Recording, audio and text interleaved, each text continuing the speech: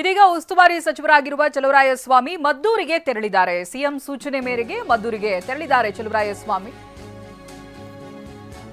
ಕೆಲ ಗಂಟೆಗಳ ಹಿಂದೆ ಸಿಎಂ ಜೊತೆಗಿನ ಸಭೆಯಲ್ಲಿ ಭಾಗಿಯಾಗಿದ್ರು. ಸಭೆ ಮುಗಿದ ನಂತರದಲ್ಲಿ ಇದೀಗ ಮದ್ದೂರಿನತ್ತ ಸಚಿವರು ಪ್ರಯಾಣವನ್ನು ಬೆಳೆಸಿದ್ದಾರೆ. ಘಟನೆಯ ಸಂಪೂರ್ಣ ವರದಿಯನ್ನು ನೀಡುವುದಕ್ಕೆ ಸಿದ್ದರಾಮಯ್ಯ ಸೂಚನೆಯನ್ನ ಕೊಟ್ಟಿದ್ದಾರೆ. ಇದಾಗಲೇ ಅಲ್ಲಿಗೆ ಡಿಸಿ ಆಗಿರ್ಬೋದು, ಎಸ್ಪಿ ಬಾಲದಂಡಿ ಅವರಾಗಿರ್ಬೋದು, ಇದಾಗಲೇ ಭೇಟಿಯನ್ನ ಕೊಟ್ಟು ಅಲ್ಲಿಯ ಪರಿಸ್ಥಿತಿಯನ್ನು ನಿಯಂತ್ರಿಸುವ ಎಲ್ಲಾ ಪ್ರಯತ್ನದಲ್ಲಿದ್ದಾರೆ. ಈ ನಡುವೆ ಉಸ್ತುವಾರಿ ಸಚಿವರಾಗಿರುವ ಚಲುವರಾಯಸ್ವಾಮಿ ಕೂಡ ಮದ್ದೂರಿನ ಕಡೆಗೆ ಪ್ರಯಾಣವನ್ನ ಬೆಳೆಸ್ತಾ ಇದ್ದಾರೆ. ಸಿಎಂ ಸೂಚನೆ ಕೊಟ್ಟಿರುವಂತಹ ಹಿನ್ನೆಲೆ ಇದೀಗ ತೆರಳಿದ್ದಾರೆ. ಇನ್ನು ನಾಳೆ ದಿನ ಮದ್ದೂರಿಗೆ ರಾಜ್ಯ ಬಿಜೆಪಿ ನಿಯೋಗ ಕೂಡ ಭೇಟಿ ಕೊಡೋರಿದ್ದಾರೆ. ಇದಾಗಲೇ ಪ್ರತಾಪ್ ಸಿಂಹ ಮಾತನಾಡ್ತಾ ಇದ್ರು. ಪ್ರತಿಭಟನೆಯಲ್ಲೂ ಕೂಡ ಅವರು ಇವತ್ತು ಭಾಗಿಯಾಗಿದ್ರು. ನಾಳೆ ದಿನ ಮದ್ದೂರಿಗೆ ರಾಜ್ಯ ಬಿಜೆಪಿ ನಿಯೋಗ ಭೇಟಿಯನ್ನ ಕೊಡುತ್ತೆ.